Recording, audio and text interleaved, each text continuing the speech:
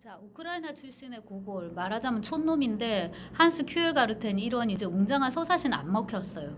근데 자기가 어릴 때 이렇게 그 마을에서 접했던 우리식으로 말하자면 전설의 고향입니다. 근데 여러분 전설의 고향을 모르시는 세대라 감이 오실지 모르겠는데, 예를 들자면 5월의 밤 그 물에 빠져 죽은 여자, 이제 요런 거는 다닐론가 이름은 제가 생각이 안 나는데 이렇게 물가에서 울고 있어요. 드네프르 강이 주로 배경인데요. 그 강가에서 울고 있는데 이렇게 막 우는데 물귀신이 나와서 너 왜 우니? 그러면 이제 내가 누구랑 결혼하고 싶은데 이게 안 돼. 걔가 나 싫대. 뭐 이런 식으로 반대를 해. 그러면 이제 물귀신이 나의 소원을 들어주면, 아니다, 나의 원한을 풀어주면 내가 너의 소원을 들어줄게. 이렇게 됩니다. 그러면 이제 그 물귀신이 자기의 원한을 얘기를 해요. 여사에서 내가 억울한 죽음을 당하고 무슨 나무 밑에 묻혀 있는데 그 뿌리가 내 뭐 신체 어디를 눌러서 내가 지금 죽어서도 잘 쉬지 못하고 있어. 뭐 이걸 파가지고 뭐 제대로 매장해줘. 뭐 이런 식입니다. 그리고 이제 다닐로는 그거를 들어주고 자기가 원하는, 자기가 좋아하는 여자와 결혼하게 된다. 뭐 이런 식이거든요. 근데 요런 이야기가 뜻밖의 페테르부르크 독자들한테 이게 인기가 있었던 거예요. 그래서 고골이 평소에 그렇게 관심이 있었는지 모르겠지만 엄마한테 막 이렇게 편지를 써가지고 엄마 더 재밌는 얘기 나한테 보내줘 해가지고 많은 이야기들을 쓰게 됩니다. 그게 1832년에 보시면 뭐 무서운 복수라든지 이반 표도로비치 슈폰가와 그의 이모, 이것도 굉장히 재밌습니다. 마법에 걸린 땅, 이것도 되게 재미가 있는데 여기 막 땅 안에서 이렇게 막 항아리가 나오는데 그 안에 엄청난 보물이 들어있을 줄 알았는데 알고 보니까 음식물 쓰레기가 들어있더라. 근데 여기서 이미 고골이 굉장히 일반적이지 않아요. 자, 다시 정리를 하면 직강가 근촌의 야화입니다. 줄여가지고 제가 직강가 근촌의 야화 1부, 2부, 이게 명실상부한 고골의 이제 첫 번째 작품인데, 제가 고골이 일반적이지 않다라고 얘기했던 건 어떤 대목이냐면 고골은 세계를 이분법적으로 봅니다. 이렇게 우리가 사는 현실 세계가 있고요. 요거는 이제 초기작이라서 굉장히 동화적이고 신화적으로 표현이 됐는데 저 세계가 있어요. 간단히 귀신입니다. 근데 이게 후기로 가면 뭘로 바뀌겠어요? 기독교의 신이 됩니다. 근데 중요한 거는 이제 그 근원인데 세계가 이분법적으로 구성되어 있고 이 세계 속에는 항상 저 세계의 힘이 같이 들어와 있다라는 식의 이제 의식이고, 그 저 세계의 힘이라는 거는 긍정적이지만은 않아요. 악마가 들어와 있어요. 그래서 이 그 다음에 이제 악이 육화된 게 악마지 않습니까? 그거에 대한 의식을 고골은 항상 가지고 있었던 것 같고, 말년에 고골이 종교적으로 귀의하는 것에 대해서 그가 갑자기 그랬다라고 말하는 사람들이 있는데 저는 그거는 아니라고. 왜냐하면 사람 절대 갑자기 바뀌지 않거든요. 앞으로 이렇게 돌아가서 보면은 분명히 어릴 때부터 그런 싹이 있었던 것이고, 초기작을 보면 이제 그게 드러난다는 거고요. 이렇게 이제 저세계, 신, 악마 이런 거에 대한 표상이 있었다는 게 1번이고, 두 번째는 뭐냐면은 그 마법에 걸린 땅이나 이런 거에 보면은 그 속스러움, 아까 그 항아리 속에 보통 같으면 보물 같은 게 들어있어야 되는데 음식물 쓰레기가 들어있었다고. 이 속물스러움, 그 다음에 깬다고 해야 되나? 여기에 이렇게 속된 이야기가 들어가면 안 될 것 같은데, 뭐 배설이라든지 그런 거 있잖아요. 먹는 거라든지 그런 게 들어가면 안 될 것 같은데 갑자기 이런 게 나와요. 근데 이게 굉장히 지금 충격적인데 아직까지 초기작에서는 제대로 형상화되고 있지 않습니다. 제가 뭐 음식, 배설 이런 걸 이제 한 번 더 강조를 하는데, 왜냐하면은 레르몬토프까지도 그게 없습니다. 뿌시킨도 그게 별로 없어요. 똠스키랑 이렇게 친구들이 모여가지고 뭡니까 카드 하는 얘기는 묘사가 많은데, 뭐 진 사람들은 잘 안 먹었고 이긴 사람들은 맛있게 먹었다, 그냥 이 정도만 나오지 무슨 음식을 어떻게 먹었는지에 대한 얘기가 잘 안 나와요. 그 다음에 이제 사람은 음식을 먹으면 반드시 뭐를 한다? 배설을 합니다. 화장실을 가야 돼요.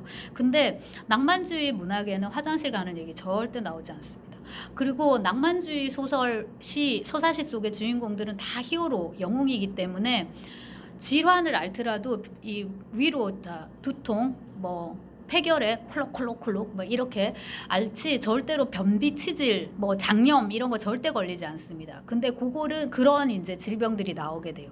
그게 이제 그 35년에 쓰는 이제 그 작품부터인데, 먼저 그 34년의 이력을 잠시 보시면 페테르부르크 역사학부 조교수로 부임해서 중세사 강의를 시작했다. 근데 35년에 그만둡니다. 세상에, 교수 자리를, 되고 싶어도 못 되는 교수 자리를 1년 하고 그만둔다.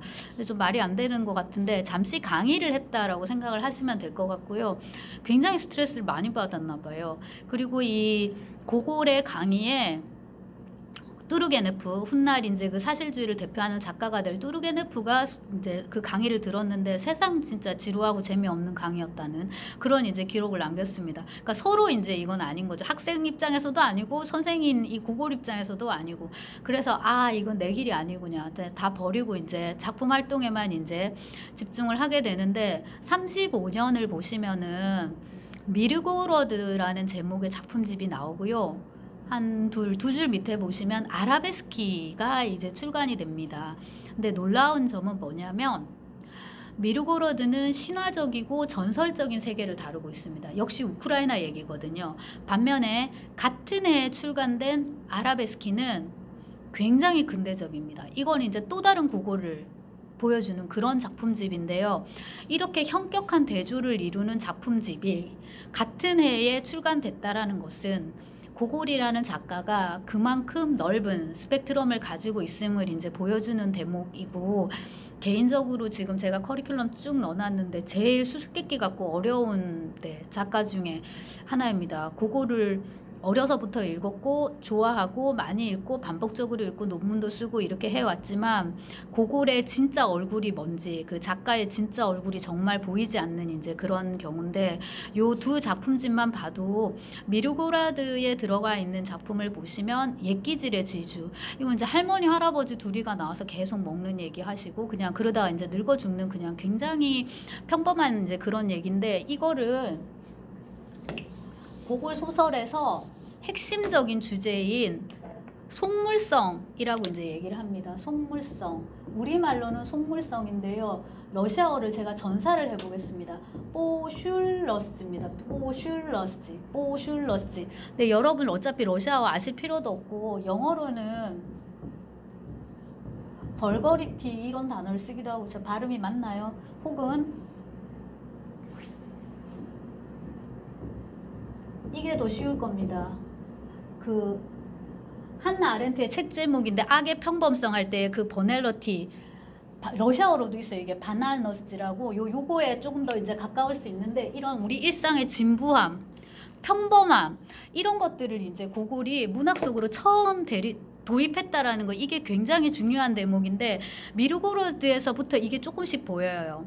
이런 고골이 있고, 이반 이바노비치, 이반 니키포로비치가 싸운 이야기 있는데 요것도 이제 비슷한 요 계열이고요. 요런 경향도 있고, 그 다음에 대장 분리바 비 이런 소설이 들어가 있는데 이 따라스 분리바라고 합니다. 이거는 이제 완전 영웅 서사시예요. 그걸 나름의 그런 또 그런 거에 대한 동경이 있었던 것 같아요. 까작 그 남성성 짐승남 막 이런 거 투쟁하고 막 이런 거 싸우고 이기고 막 장렬히 파멸하고 막 이런 것들, 이 우크라이나 독립전쟁을 다루고 있는데 역사 소설로서 아무도 읽지는 않습니다.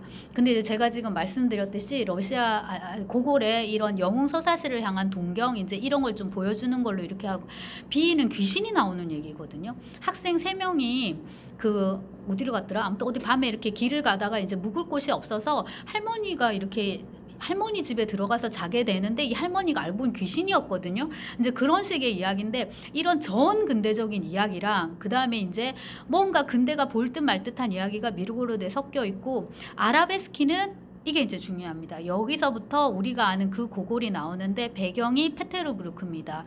여기에 광인일기, 초상화, 넵스키 거리랑 예술 관련 여러 가지 이야기가 수록되어 있습니다. 자, 그래서 제가 이제 거기 써놨는데 그 광인일기, 그 다음에 초상화, 이건 또 버전이 나중에 또 바꿉니다. 초상화, 그 다음에 넵스키 거리, 그리고 나중에 코를 쓰게 되고요. 마지막에 외투를 쓰게 됩니다. 외투는 1842년입니다. 그러니까 요거는 그나마 1830년대에 써요. 근데 후반에 이제 30년대 후반에 쓰는데